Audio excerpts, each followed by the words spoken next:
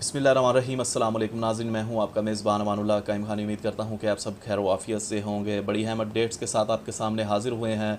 सबसे पहले बात करेंगे फैज़ाबाद केस की। जी हाँ, सुप्रीम कोर्ट में फैज़ाबाद केस की नज़र सानी जो दरख्वास्त दायर की गई थी इस केस के हवाले से, वो वापस ले ली गई है। उसकी क्या बड़ी वजह थी वो भी आपको बताते हैं, और साथ में बात करेंगे बुशरा बेगम के हवाले से कि उनका कोई अमल काम नहीं आया और दोनों शोहर जो हैं वो जेल में मौजूद हैं। क्या उनके बच्चे भी जेल में मौजूद हैं, ये भी आपको बताते हैं। और तीसरी बड़ी अहम खबर के मियां मोहम्मद नवाज शरीफ ने पाकिस्तान आने से इनकार कर दिया। हालांकि पूरी पाकिस्तान मुस्लिम लीग नून ये कह रही है कि नवाज शरीफ जो है वो वापस आ रहे हैं पाकिस्तान, लेकिन नवाज शरीफ ने वतन वापस आने से इनकार कर दिया है। बड़ी अहम अपडेट्स आपके सामने लेके हाजिर हुए हैं, और 4 बड़ी अहम शराइत जो हैं वो रख दी हैं नवाज शरीफ ने कि उससे पहले मैं वापस नहीं आ सकता।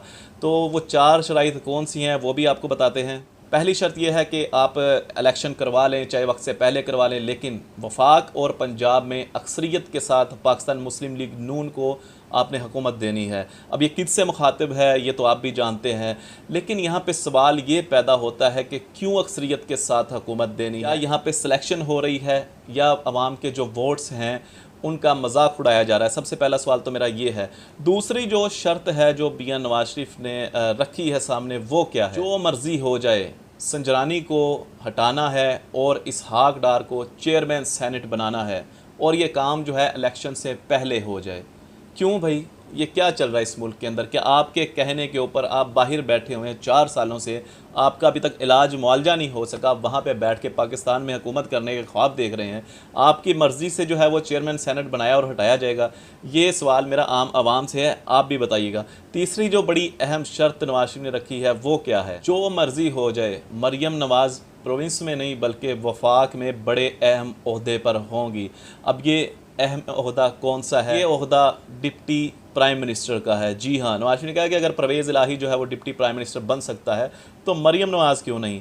अच्छा, यहाँ पे सवाल मेरा सिर्फ आपके सामने इसलिए छोड़ते जा रहा हूँ कि क्या यहाँ पे सिलेक्शन हो रही है या इलेक्शन हो रहे हैं, और अवाम जो वोट्स देती है उन वोट्स के ज़रिए अवाम की ही तज़लील का सिलसिला कार जो वो शुरू हो चुका है। आगे मैं जो चौथी अहम शर्त है वो भी आपके सामने बयान करता हूँ, लेकिन आपने इसका जो जवाब है वो भी कमेंट में बताना है। आप 2 ममालिक से मन्नो-वन अपने वादे की गारंटी दिलवाएं। अब ये 2 ममालिक कौन से हैं? एक यूएई है और दूसरा सऊदी अरेबिया। और साथ में ये भी कहा कि कल को ये ना हो कि मैं आऊँ और आप मुकर जाएं।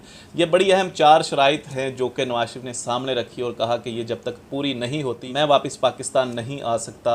अब आपने फ़ैसला करना है कि ये मुल्क में चल क्या रहा है। एक शख्स जो 4 साल से पाकिस्तान से बाहर मौजूद है, अपने इलाज मुआवजे के लिए गया था, आज वो वापस पाकिस्तान आ रहा है, तो जो 4 अहम शराइत रख रहा है वो भी अपनी पार्टी को जो है वो दोबारा से इक़्तिदार में लाने के लिए शराइत रख रहा है। अब यहाँ पर सियासत हो रही है या फिर आप मुझे बता दें कि यहाँ पे सिलेक्शन हो रही है? सियासत तो जो है वो एक प्योर पॉलिटिकल निज़ाम जो है उसके अंदर सिलेक्शन कभी नहीं होती, बल्कि इलेक्शन जो है वोट्स के ज़रिए जो है वो सिलसिला होता है। दूसरी तरफ बात करें बुशरा बेगम के हवाले से, तो बुशरा बेगम का कोई अमल काम नहीं आया, बल्कि उसके जो 2 शोहर हैं, इमरान खान हो तो वो आपने देखा होगा तोशाखाना केस भी उसके ऊपर चला और आज वो जेल के अंदर मौजूद है, और दूसरी तरफ जो है वो खावर बानी का जो कि उसका साबका शोहर है वो भी जेल में है, जिसके ऊपर केस क्या है कि वो नाजायज़ तामीरात करवाता था सरकारी लैंड्स के ऊपर।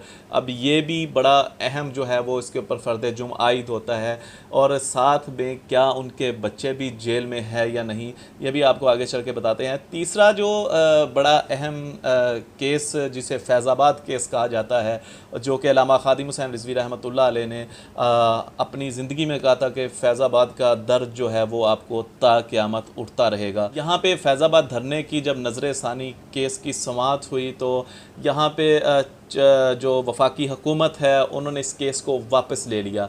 अब केस वापस क्यों लिया? जब इस्तफ़सार किया गया चीफ़ जस्टिस काज़ी फ़ाइज़ ईसा की जानिब से, तो कि क्यों ये आपने केस वापस लिया है, किस वजह से वापस लिया है, तो यहाँ पे अटार्नी जनरल ने जवाब दिया कि फैज़ाबाद धरना नज़र सानी केस को वापस लेने की कोई अहम वजह नहीं है। कि आप जान के हैरान होंगे कि कोई अहम वजह नहीं है। तो आपने बताना है कि कौन सी अहम वजह हो सकती है, वो कमेंट में आपने बताना है।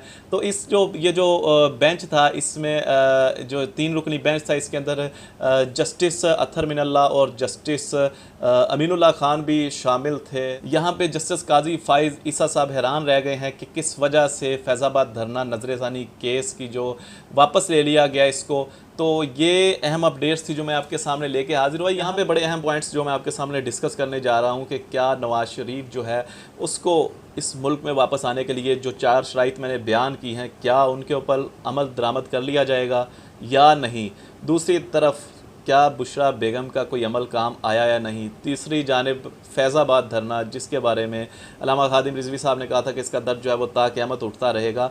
और ये वो चीज़ें हैं जो खादिम रिजवी साहब अपनी ज़िंदगी में बोल के गए, और आज मैं देख रहा हूँ कि वो सारी चीज़ें हरफ बहरफ जो हैं वो सही साबित हो रही हैं। चाहे वो उनको तंग करने वाले लोग थे, चाहे उनके ऊपर शैलिंग गोलियाँ चलाने वाले लोग थे, चाहे उसमें नून लीग हो, चाहे उसमें PTI हो, चाहे कोई भी सियासी जमात थी, वो सारी आज रगड़े में आ चुकी है।